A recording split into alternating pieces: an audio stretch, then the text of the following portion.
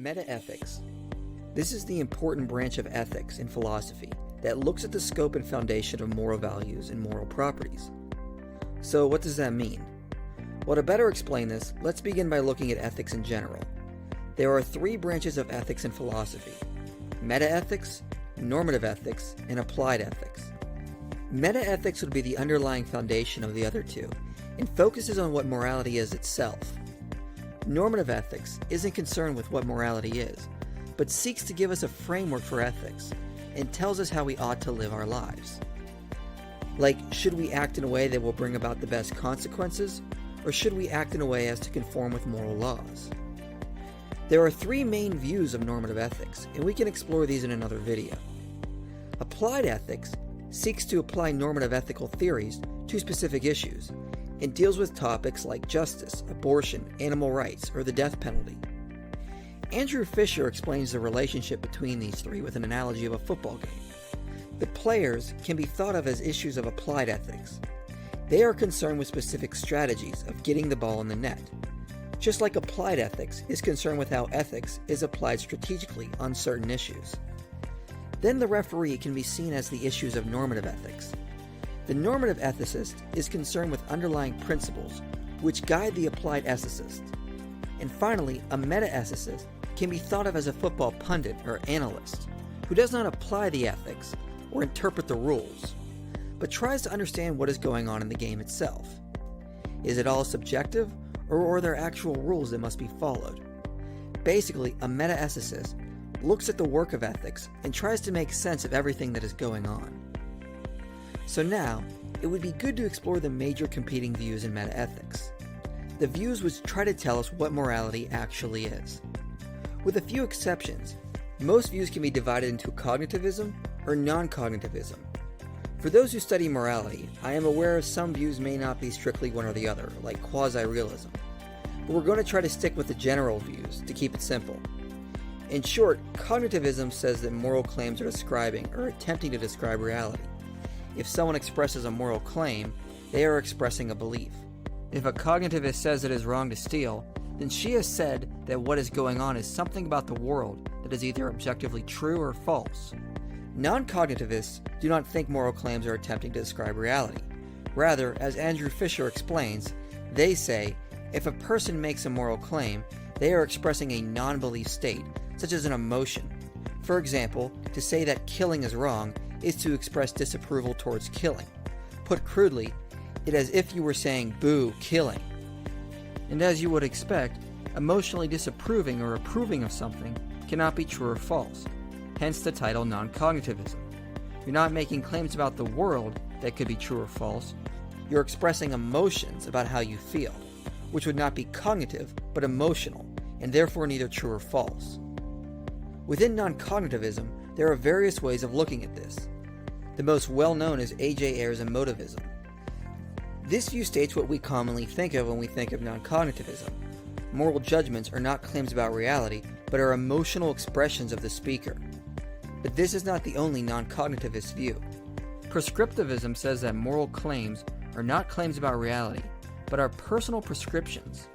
Under prescriptivism, if I say killing is wrong, all I am saying is do not kill, or I do not prescribe killing. A third view is expressivism. This says moral claims express a desire-like attitude. If I say killing is wrong, I am expressing a desire I have, namely, I do not like killing. It is more similar to emotivism, but is sort of an extension of it. Under expressivism, we get quasi-realism, which essentially is a form of expressivism, but accepts moral claims project emotional attitudes as if they were real properties. Hence it claims to be quasi-realist in understanding morality. There are of course many other views in non-cognitivism, but these are enough to give us a general idea of what non-cognitivists believe. On the other side of the aisle are the cognitivist theories, which again say moral claims are expressing or attempting to express true or false claims about reality. First is moral relativism. Relativists do believe when someone makes a moral claim, they are expressing a belief they have about reality, but they say moral judgments express beliefs about something relative, and are not objective or universally true. There are several different forms of relativism. First, there is cultural relativism, which says moral judgments express beliefs which describe the cultural beliefs of the society. Agent relativism says morality is defined by the individual.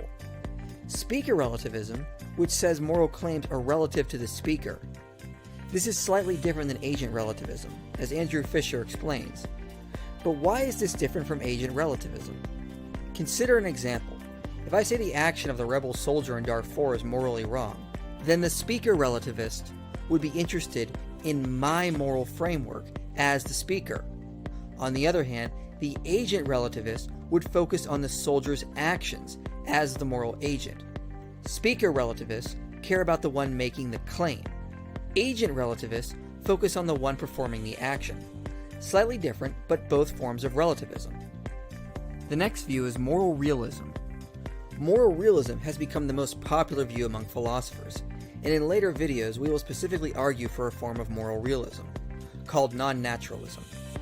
Kevin DeLapp defines moral realism as the view that moral values exist in a way that is causally and evidentially independent from the beliefs of anyone and everyone, such that evidence and beliefs do not determine or constitute those values, though they may adequately and reliably measure or reflect them. So basically, moral values are true regardless of what the individual thinks. Individuals may acquire knowledge about what moral truths are and learn to abide by them, but they are not determined or depend on the individual. Although there are many forms of moral realism, it is helpful to split things into two at this stage. Natural moral realism says moral properties are part of the natural world and can be reduced to natural or non-ethical properties. Basically, morality would be part of the natural world, and we can discover it. A popular level account of natural moral realism is given to us by Sam Harris. In his book The Moral Landscape, he tried to reduce moral goodness to well-being and moral badness to pain. In contrast, there is non-natural moral realism, which says that moral properties cannot be reduced to non-ethical parts.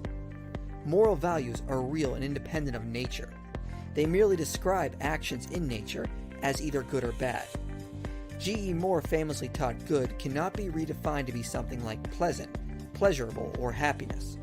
According to the non-naturalists, these things can only be described as morally good or bad, but cannot themselves be the essence of moral goodness. The last view of cognitism we will review is J.L. Mackey's error theory. It is a cognitivist view in that it states moral claims can be true or false, but says they are all false. That we are in error when we make moral claims about something being true, because essentially objective moral values do not exist, hence the title error theory. There are many other forms and subforms in metaethics we have not discussed, but this is a general overview of the majority of the views in metaethics.